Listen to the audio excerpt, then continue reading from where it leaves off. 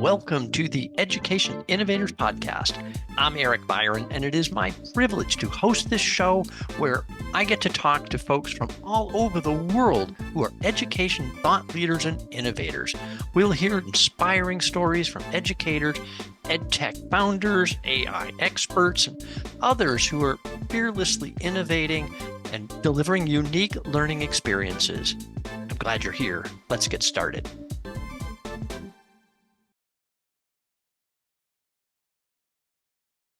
A school with no teachers. Imagine core academics being taught in 2 hours a day, and the students are achieving an academic ranking of about the top 1% as compared to national averages.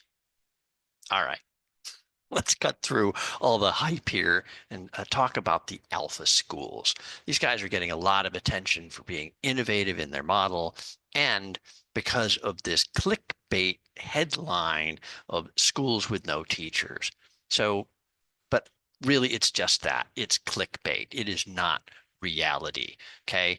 They have teachers. They just don't call them teachers. They call them guides or motivational guides. So, and I think back when I was teaching at the University of Phoenix a number of years ago, but still the faculty were not called teachers. We were called facilitators, and nobody got all worked up about it.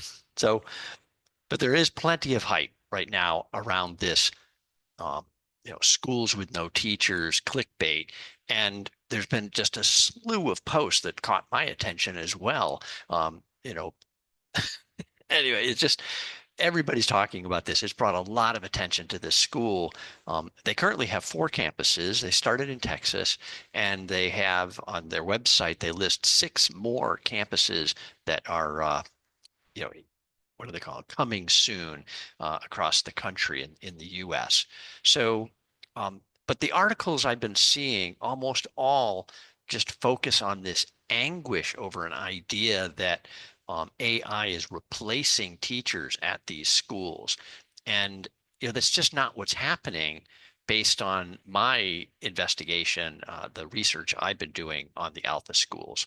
So I think there are 2 things, though, that are very significant in terms of innovation in this model that they are attempting to roll out. First is this speed of delivery for the core academics. And then second is a priority on, they're calling them life skills. I've heard it referred to in other ways, but they call them life skills. So we'll just go with that for now. So first, let's just take those one at a time. Let's talk about this potentially dramatic speed of delivery for the core academics. And they're doing this by using AI tutors.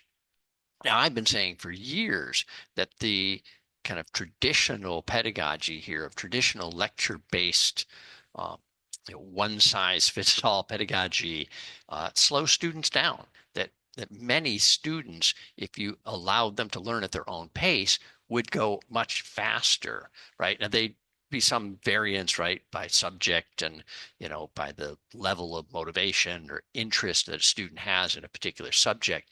And the alpha schools also seem to have kind of honed in on this issue of empowering the students, right, so that they can kind of choose, what they're studying and how they're studying. So this is all good. I like this. This is innovation as it should be.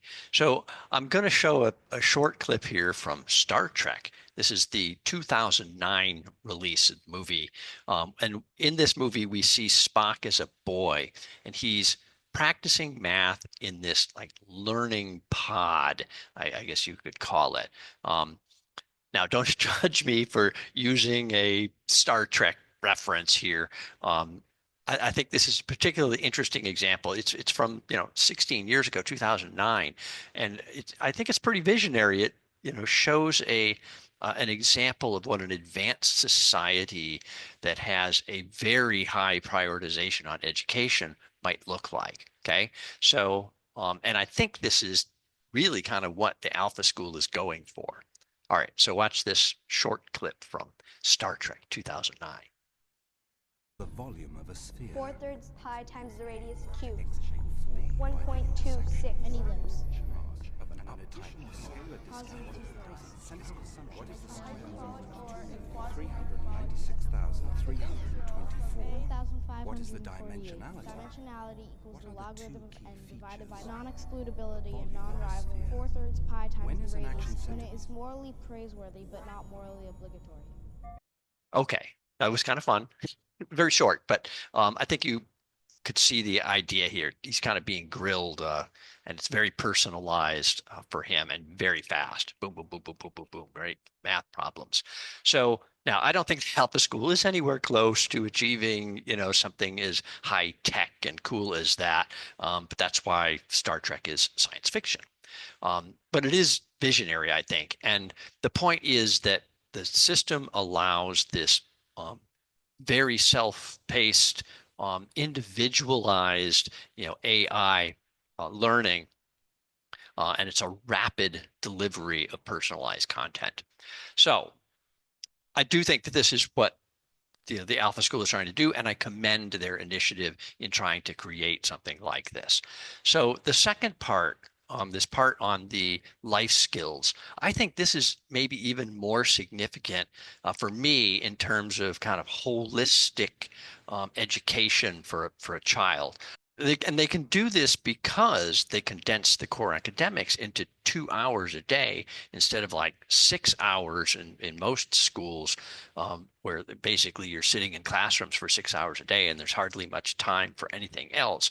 In their case, they condense this into 2 hours on the core academics, and then they spend a bunch of time on emotional growth and financials and entrepreneurship and physical fitness, project-based learning, what else? Community building, right? So there's a lot of good stuff that they jam in there, and a lot of that, study, if you will, that material that they get with teachers who they're calling guides, um, also reinforces what they learned in the core academics, right?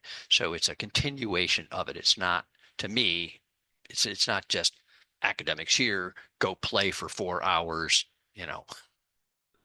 out in the wild, right? Uh, but I think that it's super, super important that we're getting these kids out from behind a desk, get them out in the real world and watch them blossom. Okay. This is wonderful from my perspective in terms of innovation and education. All right, let's take a deep breath though, and we'll take a beat here because I know this sounds like I'm a commercial for the Alpha schools, but there is potential there, but it's not all sunshine and roses. Okay. Um, they're expensive. This is a for-profit school, a private school or charter school, if you will. And the cost for high school there is about $40,000 a year. That's USD, $40,000. Okay. I'm not sure what the cost is for the younger students, but I'm pretty sure it's not cheap. Okay.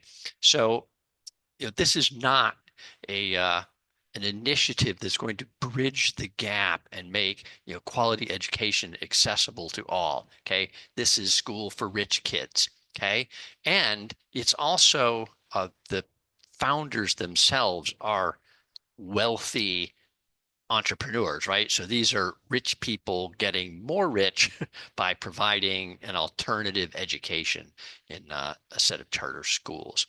So, so that irritates me and some others clearly from the articles and posts that I've been seeing. Now, one other thing though that I thought was interesting, and I couldn't confirm this, but I saw somebody who has been on the campus there in Texas and talked with somebody, and they came back and said that the school is using third-party AI tutors like Khan Academy to do the AI tutoring. So I find this interesting because Khan Academy is nonprofit. Their whole model is based around accessibility of quality education and tutoring, right, for kids who normally wouldn't be able to afford it, and helps level the playing field for those kids who get all this tutoring and extra attention academically. So Now, my assumption would be, I know that Khan Academy has also developed some paid subscription models that help fund the nonprofit parts. And so my assumption would be that if the Alpha schools are using Khan Academy, they are paying for a subscription to that and access to Khan Miko, their AI tutor. So again, potentially a criticism of the Alpha schools there. They didn't even develop their own AI tutors, as far as we can tell. Another criticism that's come up about them is their pedagogy questionable, right? And again, most of this goes back to that fear of the clickbait headline that, oh, the teachers are being replaced by AI, therefore, this is a ship without a rudder, allowing AI to decide, what they're going to teach and how they're going to teach.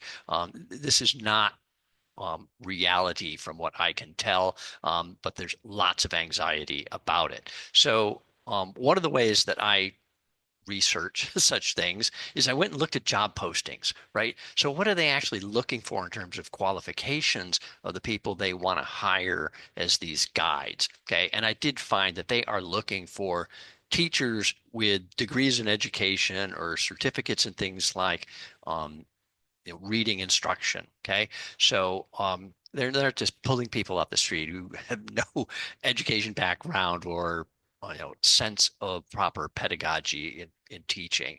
Okay. And I actually put a link to one of the job postings. It's a little different than a traditional teacher job posting, and it's for a job role called Life Skills Workshop Designer. So I just included that because I do think it's interesting. You learn a lot about a company by reading their job postings and how they kind of describe what they're doing and how they prioritize skills and qualifications for hiring. Anyway, what we don't know, though, from that process is how well they do the selection, right? So it's one thing to put a job posting out there and say, I want people with a degree in education or experience in teaching, and then how you actually go about the selection process and who you pick and how well you onboard and, monitor their performance and, manage them and, develop them and all those kind of things. So I mention this all because I want to make the point here that Alpha School success is not about technology. It's really about people. If they're hiring the right people to help them with the curriculum and the format and the design and with assessment, right? Figuring out, they're making this claim about being in the top 1% for their students academically, but how exactly are they assessing? And, so we need that data and hopefully they're doing a good job at that. And, I'm hoping I can get somebody, hope you're listening, somebody from the Alpha School to come on the show, talk to us about this. I'm really curious about this process of hiring and, and how you're managing your people, because that's really the success factor from my perspective, not the AI tutor thing, but how well you work the rest of the system around human adults who are helping these students through their learning experience there. Okay. That is kind of my 2 cents on the Alpha School, right? Everybody take a chill. I don't think it's a school without teachers, despite all the hype.